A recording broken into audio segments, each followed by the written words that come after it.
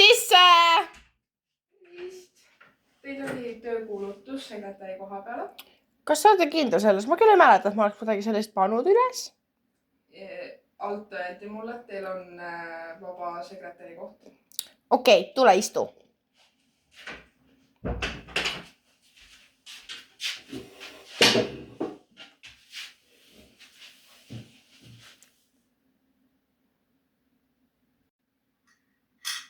Mis teie nimi oligi? Heidi. Ma küll ei mäleta, et ma oleks keegi Heidi nimeline siia tulnud. Mis teie perekonnanimi oligi? Rajatamm. Ei ole, aga ma siis panen teid kirja. Kas teile sobib see? Jaa. Kui vanad olete? 20. Okei. Mis töökogemus teil siis veel on? Ma olen olnud restoranis kelnerina tööl ja siis ma olen seal ka saanud mingit sihukest väikest sekretäri poolt ning samuti olen ma olnud rõngupagaris tootmise poole peal, kus on ka hästi palju sihukest paberimajandust ja sekretäri poolt, nii et jah, mul on päris hea töökogemus. Ja samuti on ka mul olnud kogemusi ühes eraettevõttes sekretäri kohal täielik.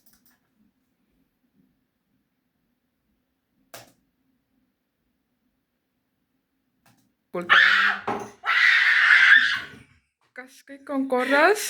Jaa!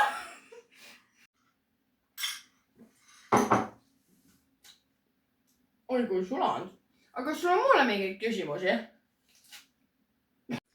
Üks küsimus isegi oleks, et teil ei olnud välja toodud kuulutusel palganumbrit, et kas teil on kindel kuupalk või on tunnitasu ja kui on tunnitasu, siis mis see tunnitasu oleks ja mis on ka siis kindel kuupalk? No, see kõik oleneb ses suhtes, et minu tujudest ja põhimõtteliselt tahtsid. Ma põhimõtteliselt maksan nii, kuidas mis tahan. Mõni kuu saad väga palju, mõni kuu saad väga vähe. Jah.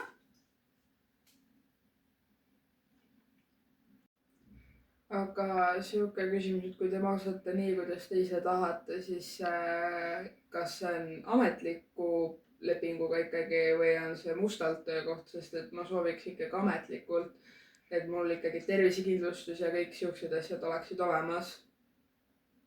No põhimõtteliselt on see, et inimesed siin on mustalt tööl, sest niimoodi jääb neile rohkem kätte. Siis kui ma neile tahan maksta, loomulikult ma kaotasin, aga see on okei.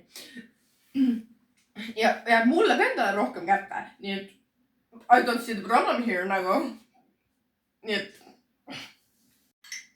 no minu pärast te võite homme hommikul, te võite kas või kohe tööle asuda. Ma ei näe sellega mitte ühtegi probleemi, kui teil nii palju häid asju siin kirjas on lausa 1, 2, 3, 4, 5, 6, 7, 8 ja 8 head punkti. Ja ka selles suhtes, et ma otsin ikkagi endale ametlikku töökohta, kus mul oleks tervisekindlustus olemas ja kõik pensioniasjad ja kõik selles suhtes, et ma ikkagi olen kohustuslik Eesti kodanik, kes tahab ikkagi ametlikult tööl käia, makse maksta, et ma ei soovi kahjuks teile tööle tulla.